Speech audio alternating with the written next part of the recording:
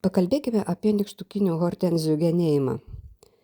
Iš šios kategorijos geriausiai žinoma ir populiariausia yra hortenzija Polestar. Nykštukinės hortenzijos žavi nedidelėmis žiedų kepurėmis, o kompaktiškais žiedynais, kurių būna labai daug ir jie padengia visą krūmą. Tokio tipo hortenzijos užaugina neaukštus ūglius su mažais tarpubambliais, todėl jų genėjimas skiriasi nuo aukštaūgių. Tarpubamblis yra tarpas tarp stiebo mazgų, kuriuose formuojasi pumpurai. Pagrindinis genėjimo skirtumas nuo aukštaūgių yra tas, kad paliekami kuo ilgesni jauni stiprūs ūgliai.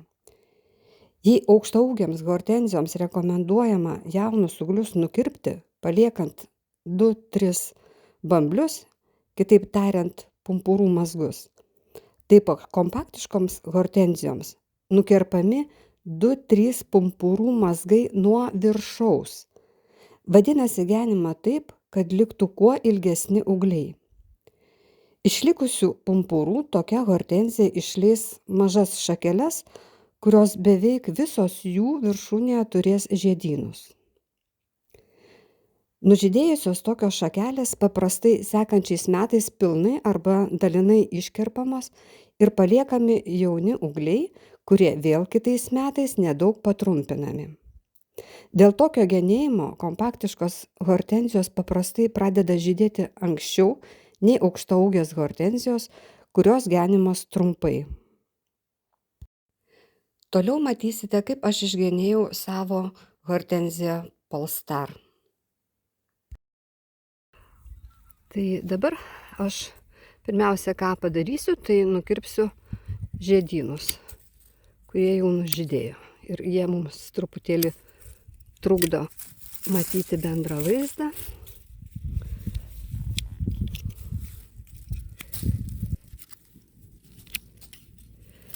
Kaip matot, žydėjo gana žemai, šakelės mažytės ir ant jų žiedeliai. Bet šita šakelė išleido nedidelės šakeles ir ant kiekvienos jų buvo po žiedinėlį. Tai labai gražu iš tikrųjų, kai žydi tokia hortenzija.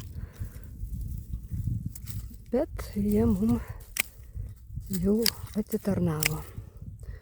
Tai mes juos iškerpam ir šita šakelė jau bus praktiškai atitarnavusi, nes čia buvo kitos šakelės. Va čia matau dar pumpuriuką, tai tikėtina, kad išleis. Dar neskubėsiu šios nukirpti.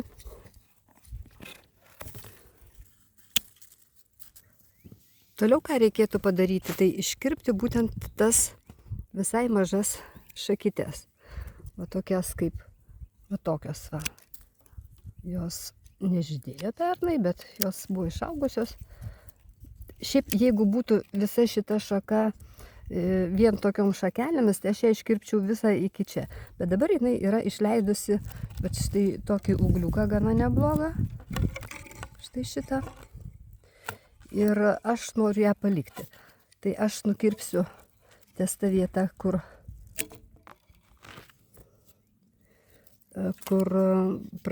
baigėsi ta šakelė senoji. Ir va šitas mažytės iškarpysiu, ant kurių žydėjimo praktiškai nebus, nes dar kartą primenu, jos leis vat iš šitų mažų pumpuriukų šakeles, tai jos bus dar mažesnės negu šitos. Iškerpo pačią esančias mažas šakytes. Čia net prieiti sunku, ant tiek jinai yra tanki. Štai čia yra šaka irgi, ant kurios yra išaugę tiek va toksai didesnis, dar vienas didesnis stiebelis ir va šita va dalis praktiškai jau atidirbusi. Iš šitų šakelių irgi nelabai kas bus, bet šitos mums yra irgi problematiškos, nes jos yra labai prie žemės, jos guls ant žemės, na jau labai visiškai lygiagrečiai žemės. Todėl aš šitą visą šakelę nukirpsiu gana žemai.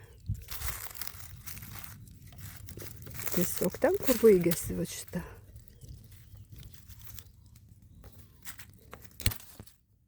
Štai tokia šakelė. Nukirpau. Buvo galima dar čia palikti šitas, bet kaip minėjau, guli ant žemės ir nelabai ten kas iš jos bebūtų buvę. Dabar va čia va irgi yra tokia šaka, buvusi gana neblogai, išleido va irgi tokius ūgliukus, bet na, jie irgi yra labai plonyčiai. Bet ir kadangi va čia ant šitos yra šiek tiek storesni ūgliukai, va šitas ir šitas yra šiek tiek storesni, tai aš paliksiu šitą, o šitą visiškai iškirpsiu.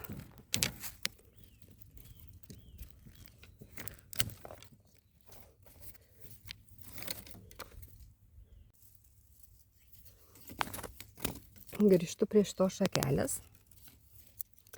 Štai šitos. Čia iš karto nukirpo labai mažas galiukas. Šitą tikrai iškirpu, nes labai smulki. Šitą tikrai labai smulki. Iš kitos pusės dar vieną irgi labai mažytį iškirpu.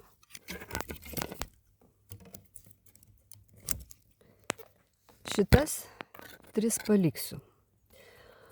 Kai aš iškarpysiu šakeles, kurios mums tikrai nereikalingos, tada mes tas šakeles, kurios liko, patrumpinsim. Štai čia dabar yra šakelė. Čia sena, jau atidirbusi matosi, nes jau buvo čia žiedynai ir kitos šakelės. Smulkės iškerpu. Ir šitą vagaliuką nukirpu, kadangi yra iš jos išaugusi kita šakelė, nauja, jauna ir gana nebloga, ją palieku. Šita šaka, va čia yra labai iš šono išaugusi šaka, man jinai netgi išlūžusi. Tai aš ją paimsiu ir iškirpsiu va čia va. Iškirpsiu ir kadangi čia šitoj pusėje labai mažai šakų, tai va šitą paliksiu. Ja paskui mes prisitrumpinsim. Dar va čia va yra šaka. Va šita va. Irgi taip pat iškerpu smulkės šakytės. Va čia va yra toksai. Va čia yra toksai jaunesnis ūgliukas. Tiesiog ir nukirpsiu.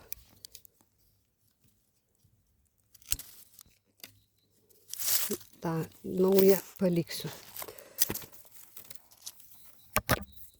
Taip, dabar yra va štai čia dar šakelė. Irgi matot, ant jos buvo tipo žiedai.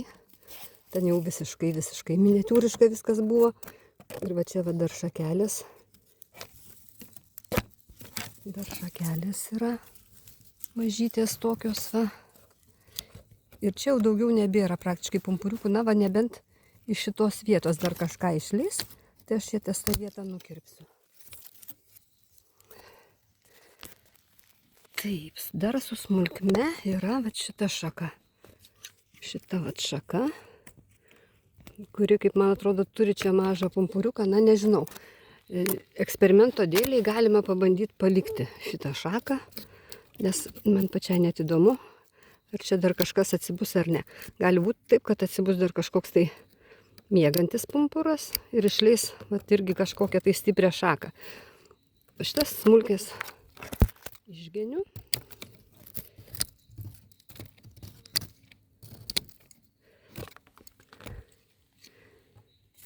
Čia labai kryžiuojasi.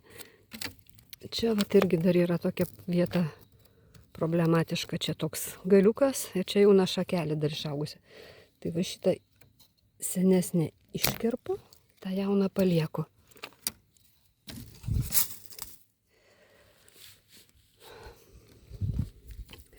Čia analogiškas atvejis kaip ir va šitos va, yra va čia va irgi. Čia atidėrėjusi šaka jau, tai aš padarysiu taip, šitą tikrai nukirpsiu. Šitą strampuką. Na, su šitu dar gerai, eksperimento dėliai paliksiu. Taip, išsigenėjom nereikalingas šakeles, truputėlį krūmas prasiretino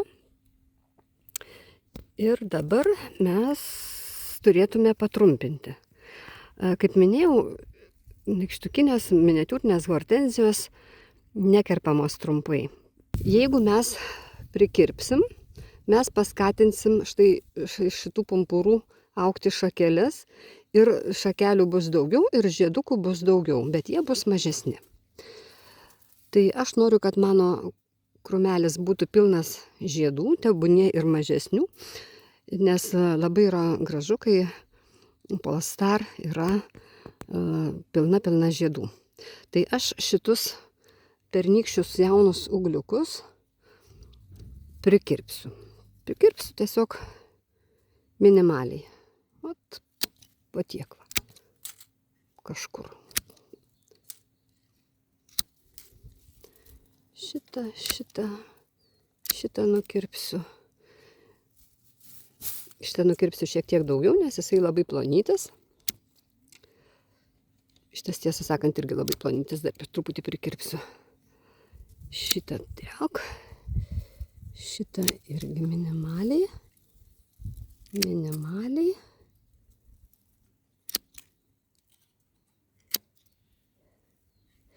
Va čia va dabar yra šakelė, kuri jau turėjo žiedynus. Bet apačioje dar yra tokie vat pumpurai, kurie pernai neišleido šakelio ir jie leis šakelę su žiedynais. Tai aš nukirpsiu, vis tiek paliksiu va šitą vietą, jeigu čia neišleis nieko, tai tada galima nukirpti net ir vasarą. Ir čia šitą vietą nukirpsiu, nes čia tikrai jau nieko nebeišleis va šitoj vietoj. Taip, dabar čia yra dvi susikryžiavę šakelės, kas man nelabai patinka, tai aš va taip padarysiu. Šitą nukirpsiu va čia žemai, šitą prikirpsiu minimaliai. Va čia pats didžiausias ūglis. Jisai dabar išsišokęs virš visų, tai aš jį prikirpsiu šiek tiek stipriau, nes aš noriu, kad jisai būtų viename aukštyje. Tai prikirpsiu va čia. Aš nukirpsiu šiek tiek daugiau.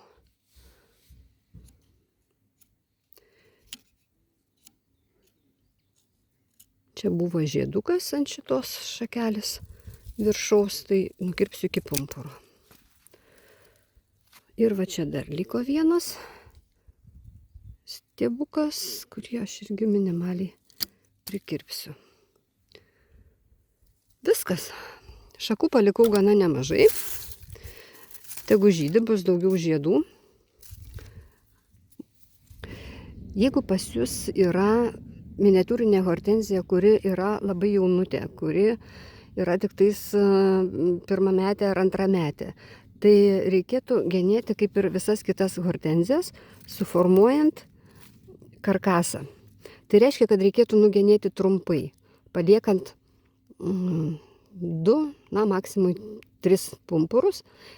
Ir tada susiformuos šiek tiek tvirtesnis va šitas karkasas. Bet reikia žinoti, kad tais metais žydėjimo galit ir nematyti.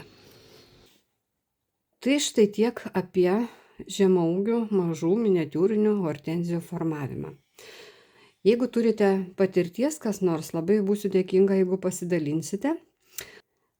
O aš linkiu jums stiprių ūglių, gražaus hortenzijų žydėjimo vasarą ir iki kito susitikimo.